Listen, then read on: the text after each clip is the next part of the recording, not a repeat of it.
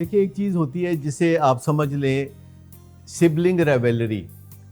آپ اسے پتہ نہیں شاید شریکے کے نام سے جانتے ہوں گے. شریکہ سمجھتے ہیں کیا ہوتا ہے؟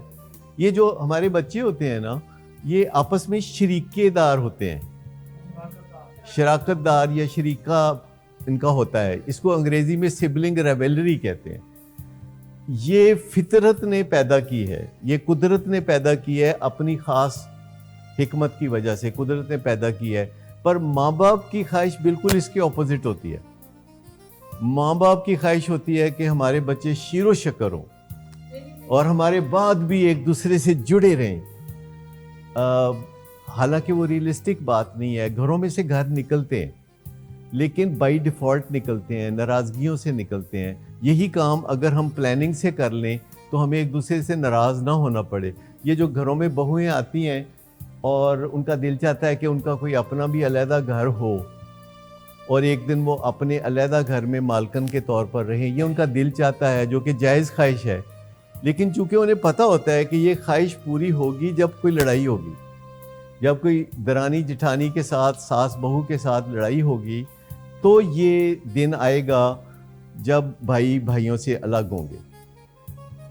کبھی آپ نے شاید کم ہی دیکھا ہو کہ کوئی دو بھائی کسی دن صبح ناشتے پہ بیٹھے ہوں کہ ہم بہت پیار اور محبت سے رہ رہے ہیں، تو کیوں نہ اب بچے بڑے ہو رہے ہیں تو ہم اگلے 5 سال کے بعد علیحدہ علیحدہ ہو جائیں. ایسا کبھی بھی نہیں ہوتا، پلاننگ سے نہیں ہوتا. اگر آپ غصے کے بارے میں یہ جان لیں کہ یہ کبھی جائز یا ناجائز نہیں ہوتا، غصہ حرام ہوتا ہے، تو آپ کا کام بن جائے گا.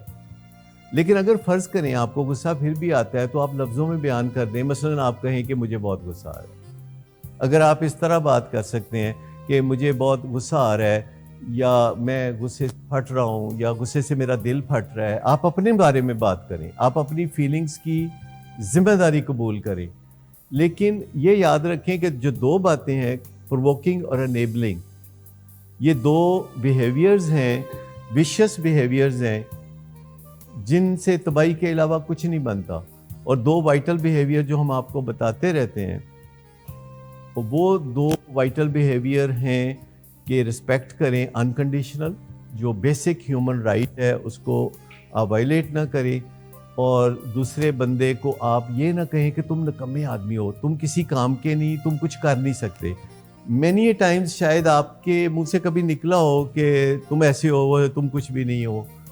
یہ جو ایک ڈیمیننگ والا جو بیہیویئر ہے، اس سے فرق پڑے گا کہ آپ چینج کر لیں اس کو. آفٹر آل غصہ کرنا ہی زیادہ مشکل ہے، ہاتھا پائی کرنا ہی بہت زیادہ مشکل ہے.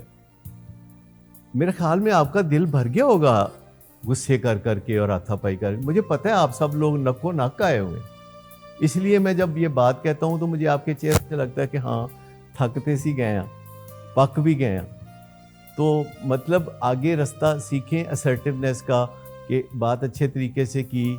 اگر دوسرا بندہ پازیٹیو رسپانس نہیں دے رہا تو کوئی کویسچن کر دیں. یہ تو وہی ہے جیسے لوگ بیویوں کو مارتے ہیں، برا بھلا کہتے ہیں، پھر باہر جاتے جاتے کہتے تھے میری واپسی تک موڈ ٹھیک ہونا چاہیے، میں ہسدیاں دیکھنا چاہنا تھا. تمام خامد اپنی بیویوں کو ہنستے ہوئے دیکھنا چاہتے ہیں اپنے خرچے پہ، یعنی بیویاں اپنے خرچے پہ ہنستی رہیں. یہ ہے ویسے بری خواہش تو نہیں ہے، خامدوں کی یہ بری تو نہیں ہے نا خواہش. اور اکثر ہم بات ٹھیک کرتے ہیں اور طریقہ غلط کرتے ہیں، نتیجہ ہماری شکست. میں آپ کو بتاؤں کہ بہت ساری پریا پنچایتیں میں نے دیکھی ہیں جہاں لوگ آپس میں کوئی حق سچ کا نتارہ کر رہے ہوتے ہیں، اور میں نے دیکھا ہے کہ اکثر جو لوگ حق سچ پہ ہوتے ہیں وہ بدتمیزی کر کے جھوٹے پڑ جاتے ہیں، اور جو لوگ جھوٹے ہوتے ہیں وہ سلیقے سے بات کر کے تو وہ صاف نکل جاتے ہیں، سچے بن جاتے ہیں. اب دنیا میں ایسا ہوتے دیکھا ہے نا آپ نے. گھروں میں بچے بھی کئی ہوتے ہیں میسنے ٹائپ، بہنوں بھائیوں کی شکایت پہلے آ کے ماں باپ کو لگا لی اور اچھے طریقے سے شکایت لگائی، پھر دوسرے بچوں کی شامت آ گئی.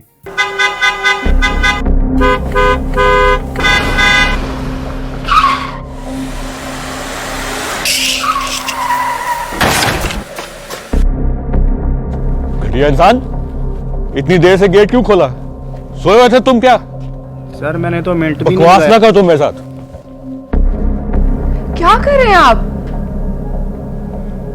ابا جی گھر پہ ہیں، نشے میں گالیاں دے رہے ہیں. خدارا ہوش میں آئے، کیا ہو گیا آپ کو؟ ہوش میں کیسے آؤں؟ سارا کیا دھرا انہی کا تو ہے. شراب نوشی کی وجہ کردار کی خرابی نہیں، موڈ کی خرابی ہے. شراب نوشی کبھی بھی نشے کی بیماری میں بدل سکتی ہے. نشے کی بیماری ہر سٹیج پر قابل علاج ہے. مدد حاصل کیجیے کیونکہ وہ ایسا نہیں کرے گا. ولنگ ویز سے مدد حاصل کیجیے، کہیں سے بھی مدد حاصل کیجیے، لیکن فوری مدد حاصل کیجیے. جس معجزے کے انتظار میں آپ نے بہت دیر کر دی، اب وہ دستک دے رہا ہے. مدد حاصل کیجیے، مدد حاصل کیجیے، مدد حاصل کیجیے.